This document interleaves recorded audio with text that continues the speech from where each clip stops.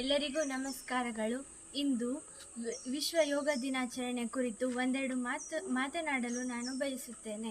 ಇಂದಿನ ಆಧುನಿಕ ಜಗತ್ತಿನಲ್ಲಿ ವಿಜ್ಞಾನ ಮತ್ತು ತಂತ್ರಜ್ಞಾನ ಎಷ್ಟೇ ಅಭಿವೃದ್ಧಿ ಹೊಂದಿದರೂ ಮಾನವನ ಮನಸ್ಸಿಗೆ ನೆಮ್ಮದಿ ಮತ್ತು ಶಾಂತಿ ಅತ್ಯಂತ ಅಗತ್ಯವಾಗಿದೆ. ಒತ್ತಡ, ಆತಂಕ, ಕೋಪ, ಅಸೂಯೆ ಹಾಗೂ ಸ್ವಾರ್ಥದಂತಹ ಭಾವನೆಗಳು ಮನುಷ್ಯನ ಜೀವನವನ್ನು ಅಶಾಂತಿಯ ಕಡೆಗೆ ಕೊಂಡೊಯ್ಯುತ್ತಿವೆ. ಇಂತಹ ಸಮಯದಲ್ಲಿ ಮನುಷ್ಯನಿಗೆ ಶಾಂತಿ, ಸಮಾಧಾನ ಮತ್ತು ಆರೋಗ್ಯವನ್ನು ನೀಡುವ ಅಮೂಲ್ಯ ಕೊಡುಗೆಯೇ ಯೋಗ. ಯೋಗವು ಕೇವಲ ದೇಹವನ್ನು ಭಾಗಿಸುವ ವ್ಯಾಯಾಮವಲ್ಲ.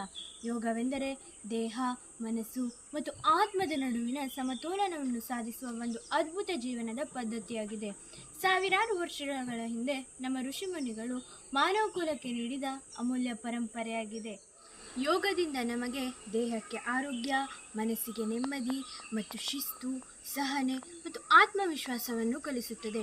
ಒಬ್ಬ ವ್ಯಕ್ತಿಯ ಮನಸ್ಸು ಶಾಂತವಾಗಿದ್ದರೆ ಅವನ ಕುಟುಂಬದಲ್ಲಿ ಸಂತೋಷ ನೆಲೆಸುತ್ತದೆ. ಕುಟುಂಬದಲ್ಲಿ ಶಾಂತಿ ಇದ್ದರೆ ಸಮಾಜದಲ್ಲಿ ಶಾಂತಿ ಬೆಳೆಯುತ್ತದೆ. ಸಮಾಜದಲ್ಲಿ ಶಾಂತಿ ಮೂಡಿದಾಗ ದೇಶದಲ್ಲಿ ಶಾಂತಿ ಮೂಡುತ್ತದೆ. ದೇಶಗಳು ಶಾಂತಿಯ ಮಾರ್ಗದಲ್ಲಿ ಸಾಗಿದಾಗ ವಿಶ್ವದಲ್ಲಿಯೇ ಶಾಂತಿ ಸ್ಥಾಪನೆ ಆಗುತ್ತದೆ. ಆದ್ದರಿಂದ ವಿಶ್ವಶಾಂತಿಯ ಆರಂಭ ಪ್ರತಿಯೊಬ್ಬ ವ್ಯಕ್ತಿಯ ಮನಸ್ಸಿನಿಂದಲೇ ಆಗುತ್ತದೆ. ಆ ಮನಸ್ಸನ್ನು ಶುದ್ಧಗೊಳಿಸುವ ಶಕ್ತಿಯೇ ಯೋಗ.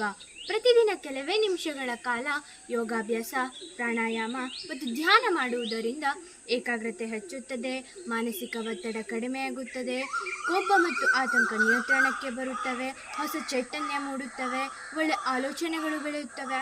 ಒಳ್ಳೆ ಆಲೋಚನೆಗಳಿಂದ ಉತ್ತಮ ವ್ಯಕ್ತಿತ್ವ ನಿರ್ಮಾಣವಾಗುತ್ತದೆ.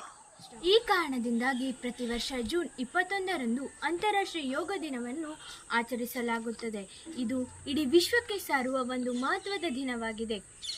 ಇಂದು ಯುವ ಜನತೆ ಯೋಗವನ್ನು ತಮ್ಮ ದಿನಚರಿಯ ಒಂದು ಭಾಗವನ್ನಾಗಿ ಮಾಡಿಕೊಂಡರೆ ಅವರು ಆರೋಗ್ಯವಂತರಾಗಿ ಜವಾಬ್ದಾರಿಯುತ ನಾಗರಿಕರಾಗಿ ಬೆಳೆಯುತ್ತಾರೆ. ಯೋಗವು ಯಾವುದೇ ಜಾತಿ ಅಥವಾ ಧರ್ಮಕ್ಕೆ ಸೀಮಿತವಾಗಿಲ್ಲ. ಸಂಪೂರ್ಣ ಮಾನವ ಕುಲಕ್ಕೆ ಸೇರಿದ ಅಮೂಲ್ಯ ಜ್ಞಾನವಾಗಿದೆ. ಮನುಷ್ಯನಿಗೆ ಬಾಹ್ಯ ಶಾಂತಿಗಿಂತ ಮೊದಲು ಆಂತರಿಕ ಶಾಂತಿಯೇ ಮುಖ್ಯವಾಗಿದೆ.